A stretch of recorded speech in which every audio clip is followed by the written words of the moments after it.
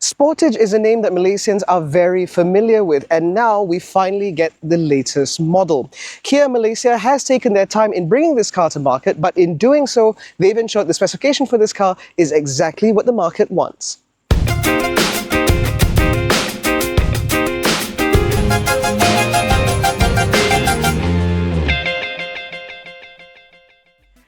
The Kia Sportage is available in Malaysia in two trims with two powertrain options. You can either get this car as a mid or high spec model with either a 1.6-litre turbocharged engine or a 2-litre naturally aspirated petrol motor.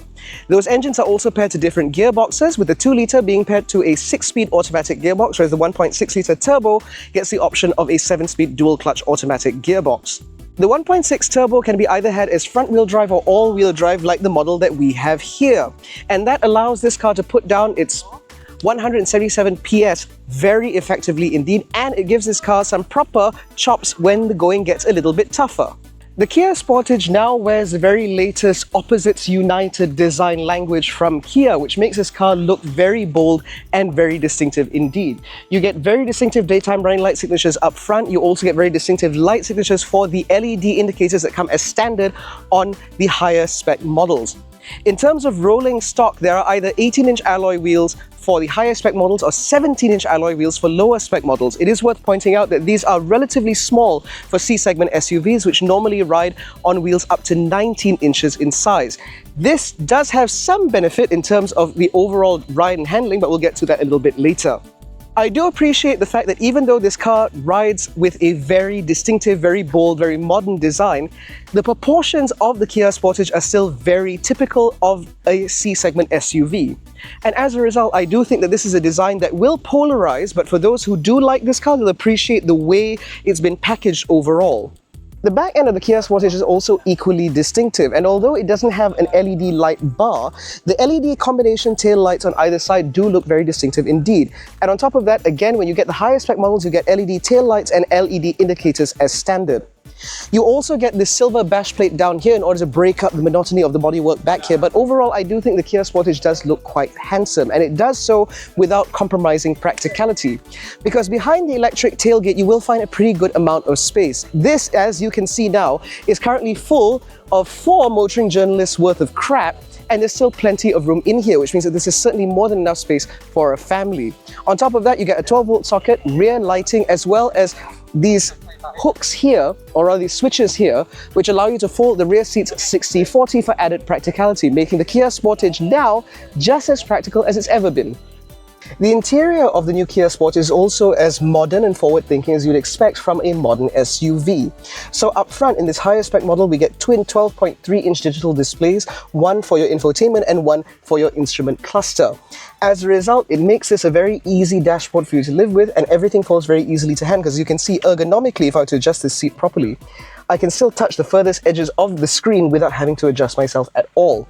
On top of that, the digital instrument cluster, although it is not as customizable as what you can get in certain other competitors, displays all the information that you need pretty easily, and again, it integrates some safety features that I appreciate a lot with Kia models.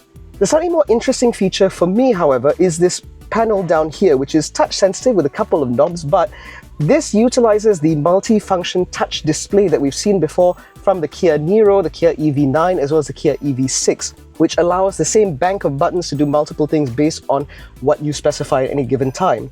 As a result, these two knobs can either control the dual zone climate control, or it can control your volume as well as your track selection, etc, etc. That allows this one panel and this little bit of space to be very usable.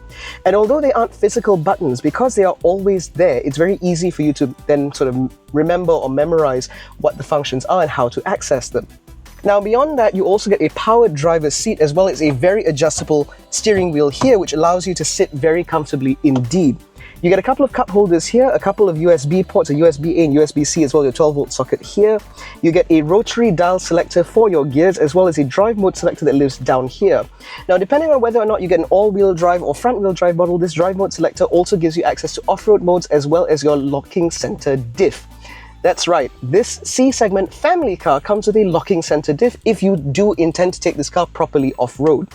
Beyond that, you also have a decent amount of space in this center console as well as in this glove box. Got decently sized door bins, big enough for a litre-sized bottle, and on higher-end models like this, it even comes with a Harman Kardon audio system. The only notable features that are not in the Kia Sportage are ventilated front seats, a powered passenger seat, as well as any sort of panoramic sunroof or moonroof.